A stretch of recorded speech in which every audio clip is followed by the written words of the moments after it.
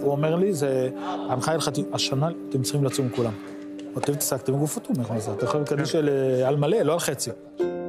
אחד הרבנים שהיה כאן באמת מהרגע הראשון, אני זוכר בערך 72 שעות שעבדנו רצוף, ואני פונה לרב ואני אומר לו, הרב, אחת לכמה זמן יש פה תפילה בצד, אתה אף פעם לא מצטרף אלינו. והוא אומר לי, אני ואלוהים עוד לא מוכנים לדבר. זה משפט מאוד קשה, אבל הוא עדיין כאן, הוא חלק מהמשימה הזאת. ואני חושב שהוא רואה את עצמו בגלל שהוא בתוך המשימה הזאת. יש מושג שנקרא עונן. זאת אומרת, מי שעדיין לא קבר את מתו, את הקרוב משפחה שלו, הוא פטור ממצוות.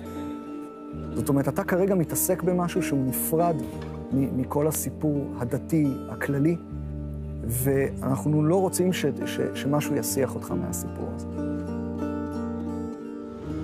מחנה שורה.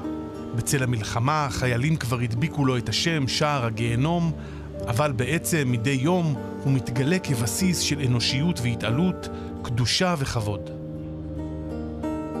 בחדר כשמטפלים חלל צה"ל, מתייחסים אליו כקדוש. הטון יורד, לא מדברים מילה שלא צריכים. נר נשמה דולק בחדר.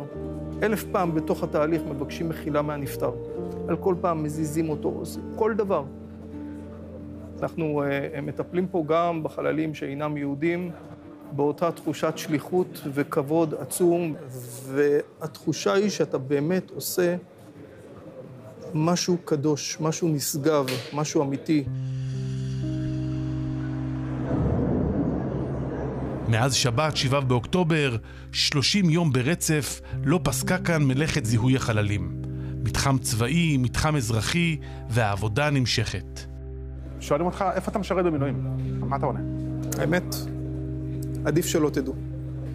כי גם אני, עד לפני חודש, לא חשבתי שאני אהיה מסוגל להתמודד עם מה שראיתי פה. ואיך אתה מתמודד? אני לא בטוח שאני עדיין יכול לומר את התשובה הסופית. זאת אומרת, אני לא יודע מה יהיה בעוד חצי שנה, בעוד שנה. אז שמענו פה בשיחות עם הקב"נים,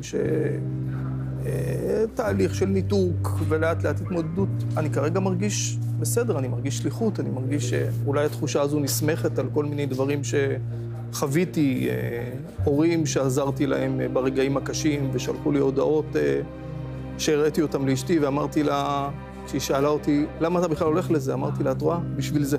זה היה שווה את הכל. כמות החללים ומצבם הם סוגיה לאומית, אבל במבט פנימה, עמוק פנימה, יש אלפי ישראלים שנגעו בתהליך הזיהוי, ואלה נדרשים לשים לב אל הנשמה. כשהגעתי אחרי שבוע ראשון של כל הבלגן, הגעתי הביתה, נכנס לבית הכנסת בבוקר, כולם אומרים לי, מה קרה לך? בשבוע אחד נהיית לבן. איך תסביר לאנשים מה עברת שם ומה ראית כזה דבר? ועוד פעם, התמיכה, איך שלי בכל אופן, אני בחיים לא דיברתי עם פסיכולוגים, מספר לכם סוד. פעם ראשונה שנפגשתי בתחום הזה, זה היה עכשיו. ישבתי ודיברתי עם פסיכולוגים, והיה נראה לי קצת מוזר. אני אומר בכנות, זה היה נראה לי מאוד מאוד מוזר כל הסיפור הזה, אבל ידעתי שזה צריך, זה חלק מהמשימה. אי אפשר לברוח מזה, ישבתי ודיברתי. כל אחד מאיתנו חווה את זה, את הרגע הזה שהוא מתקשר הביתה, והבית שואל אותו 2 מילים, הוא אומר לו, מה נשמע? זה הקושי הגדול, שבו העולם האמיתי והנורמות שלך והמוסר שלך, וההבנה שלך שמה זה עולם נורמלי, מה זה עולם שבו החוקים עומדים אחד אחרי השני, פתאום זה לא פה, זה לא נמצא. עבודה בסיכון נפשי כל כך גבוה, חייבה תגובה שהיא מעבר לנוהל הקיים. תוך זמן קצר גויסו קב"נים מיחידות שונות, במיוחד כדי לדאוג למאות החיילים בבניין הזה.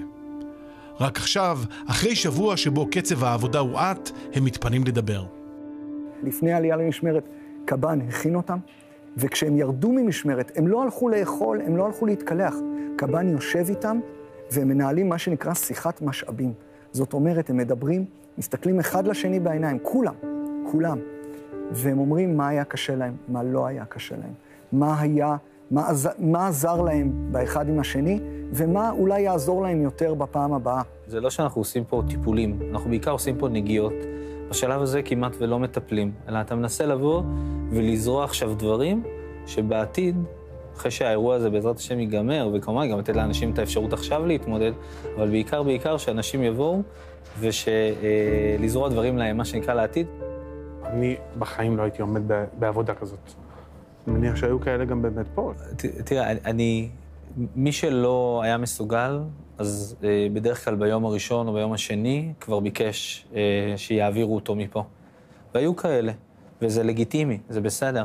אגב, אנחנו מאוד השתדלנו, אפרופו נושא של חוסן, זה שאותם אנשים לא ילכו הביתה, שיהיו פה עסוקים במשימות אחרות, כי אחד הדברים שהם מאוד מאוד חשובים כתהליך של חוסן וכמניעת התפתחות של פוסט-טראומה, זה תחושת החיוניות, ולמנוע את תחושת חוסר אונים.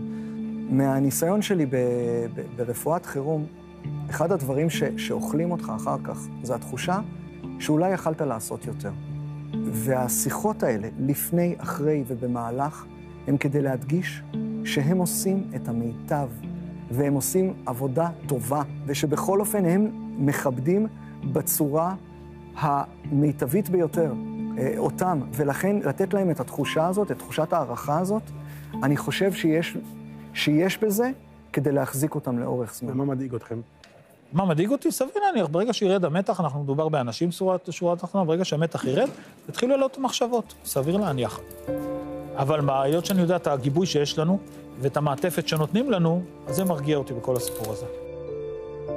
בזמן כלשהו יש לקוות בקרוב, יתפנו אנשי ונשות הרבנות הצבאית להתחיל להתבונן גם פנימה. בינתיים, העבודה בשורה נמשכת גם עכשיו.